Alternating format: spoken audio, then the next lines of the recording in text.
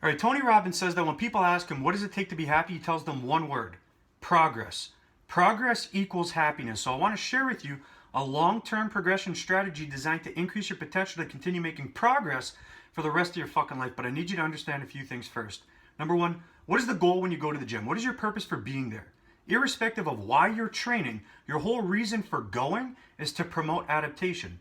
A lot of people think that's a bad thing. It's not a bad thing. It means you did a good job achieving what you set out to achieve.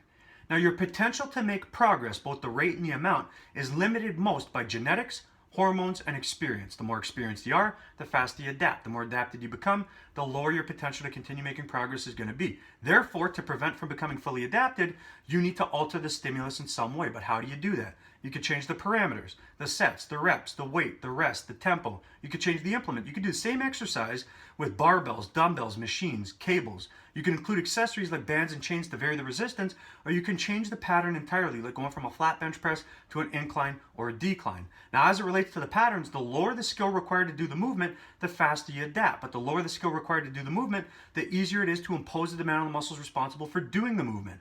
So the strategy I want to share with you is very simple. Continue doing the same primary movements over time. They should be of higher skill because it takes longer to adapt to.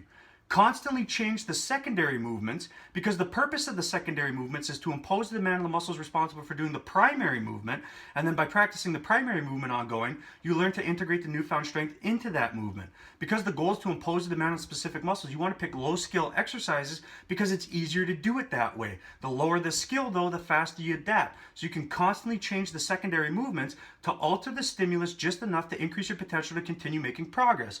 When people ask Tony Robbins what it takes to be happy, and he tells them progress, he also goes on to say that even if you're not where you want to be, if you're on the path, if you're on the road and you're making progress, you're going to love it.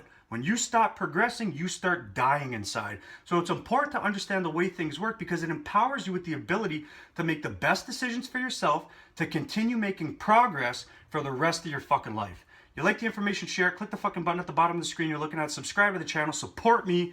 I'm going to keep on bringing it.